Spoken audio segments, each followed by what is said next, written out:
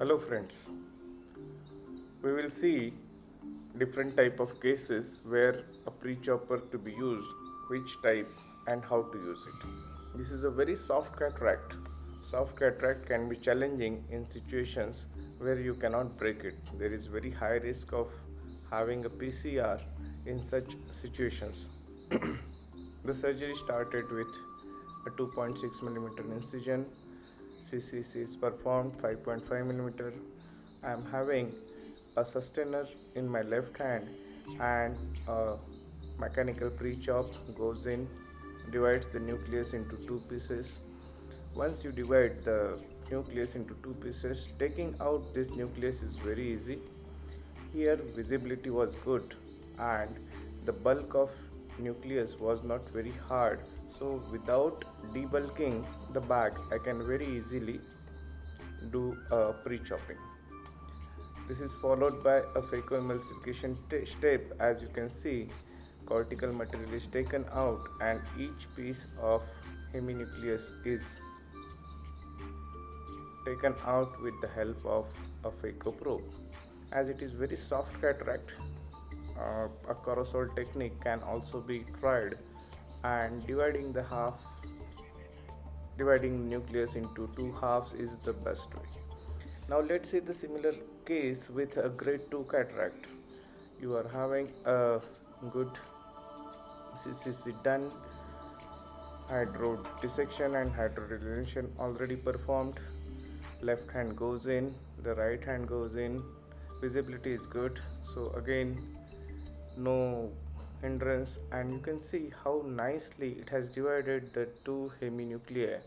And as it is slightly harder nucleus grade 2, I want to divide it further, and the visibility is good. That is very important.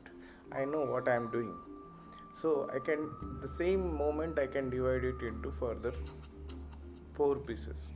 So if you have visibility issues, please make sure that you are going with your phaco probe, debulking the nucleus, taking out the cortical material so that you get a good view of your nucleus, and then divide it further. That will increase your surgical duration, but doesn't matter. That will make you more safe and a confident surgeon. You know what you are doing when you have a good visibility. Taking all these four pieces out with a phaco machine and a phaco probe was very easy once it is divided into four pieces. Why I should do this? Because it saves a lot of energy and it makes the surgery very simple. I can go without doing any pre-chopping in these cases. Now I have case where I feel yes, this is very useful technique.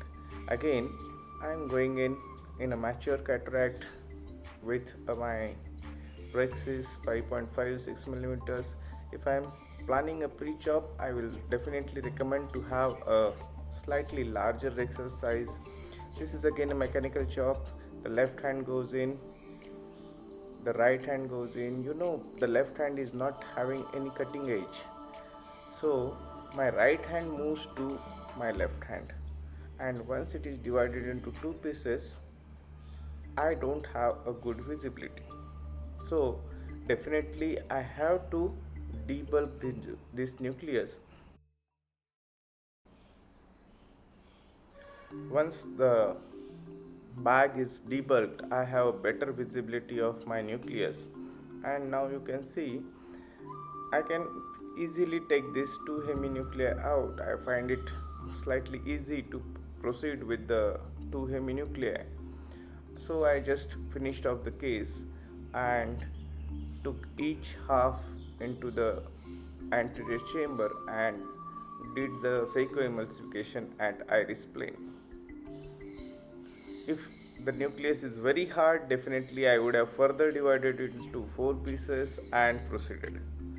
But divided this particular nucleus into two pieces has made my job of phacoemulsification much easier than having it as a full. So it is definitely recommended in such scenarios. It makes your surgery very easy and saves a lot of unnecessary maneuvering in the anterior chamber. This is especially useful in hands of younger surgeons or newer surgeons. Maybe after few years you will say that this is not required, but you should know all the techniques, and this is one of the technique which I feel is a must know for every surgeon. Now see a very hard cataract where you cannot, or you find it very difficult to divide it with a mechanical chop, pre-chop. So I have developed a technique called ultrasonic pre-chopper. To use ultrasonic pre-chopper, I have multiple videos on YouTube, my channel, which you can go through for a setting and machine setting and rest of the things. Here I am debulking the nucleus. Once my rhexis is complete, I am having slightly larger rhexis size. It is divided, nucleus is debulked, bag is now free. We are having a very freely mobile nucleus in the bag, which is hard. And after that I am entering my left hand nucleus sustainer, which will support the nucleus, which is extremely important to prevent any stress on the zonules. And here the ultrasonic pre-chopper goes in and it divides the nucleus into two pieces. The division is completed by rotating it 180 degrees, and it is further divided into three pieces and now into further four pieces. Once you have these four pieces, it is quite easy to emulsify this nucleus. This saves a lot of endothelial cells because this is a mechanical procedure, and the tip of this pre-chopper is so small that even though you use a continuous mode, very high ultrasound, it does not dissipate that energy to the endothelial level and does not cause any damage to the endothelium. I have experienced it, and over a period of time I have understood that what normal phacoprobe is having a large diameter that dissipates the energy to very high level in the anterior chamber, this does not happen with a pre-chopper. Here I am using Dr. Neha Dolakia's ultrasonic IOL cutter as an ultrasonic pre-chopper.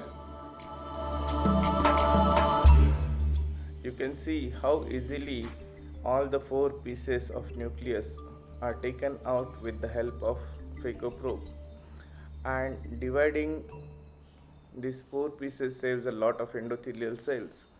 And this method is even better than a femtosecond because femtosecond cannot break very hard nuclei. That is one of the good tools, but the costing is too heavy. Now once you have out all the heminucleus, rest of the procedures remain same. Now see a very ultra hard cataract where ultrasonic pre-chopper can perform a magic. This is a grade 5 nucleus. Again, the first step, nucleus is debulked of the cortical material so that I have a more space to maneuver my nucleus into the bag. And once this is done, I will form the anterior chamber again with a good viscoelastic. You need not to go for any high density viscoelastic because ultrasonic tip will not deliver any unnecessary dissipated energy into the anterior chamber, and it is safe. The left hand goes into the bag to the equator, giving support to the nucleus, and here my right hand goes in and I am using ultrasonic power with a continuous mode. The power was around 45 with AMO sovereign compact machine and a tip attached to a phacoprobe. You can see the nucleus is divided, but it is not a complete division, so I have to divide, redivide and do it slowly. I want a good visibility, so I will definitely debulk the nucleus, take out unnecessary cortical material which is hindering my vision.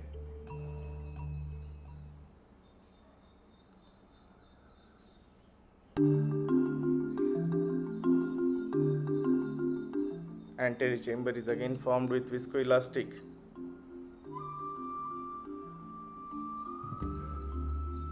Entering with a nucleus sustainer.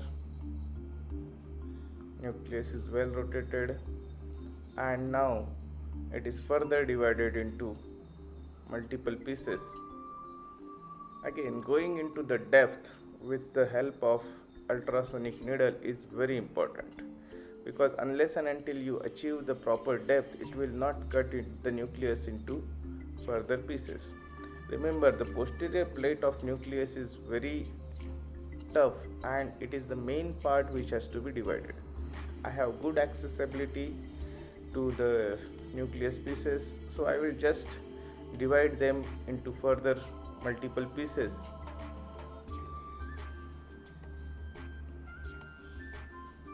And you can see how many pieces I have made. Many. I can divide it just like a pizza into multiple pieces, and the nucleus division is complete. You can see the posterior capsule, you can see the fundal glow there, and that indicates that the nucleus division is through and through. You have more than 7-8 pieces of nucleus in the bag now, and which has to be taken out with the help of routine phacoemulsification probe.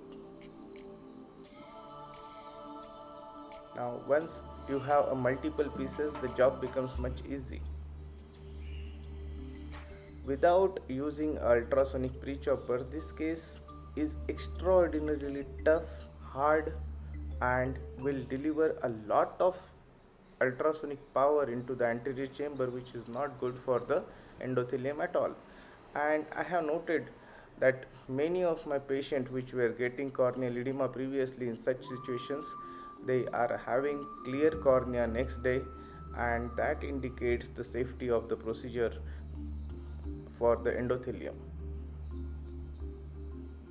Procedure is not risk free, and one has to master it. Definitely a good practice is necessary. I will recommend to perform it on a routine cases first, and then to perform on a very hard cataract. Do not attempt it unless and until you are good in handling it in routine cases. And in small pupils, do use it cautiously, because you may not find a good vision, and in such situation I will definitely recommend that once you master it well, then only try it in a small pupil cases.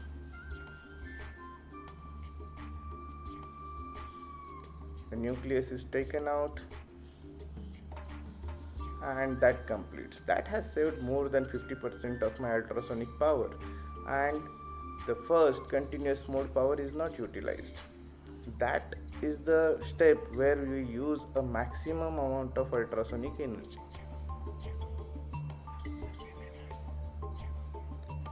A thick cortical plate is taken out, and the bag is ready to implant. And I hope these videos will help. Thank you, and do subscribe to a YouTube channel, Dr. Pankaj Landey, for more such exciting videos. Good day.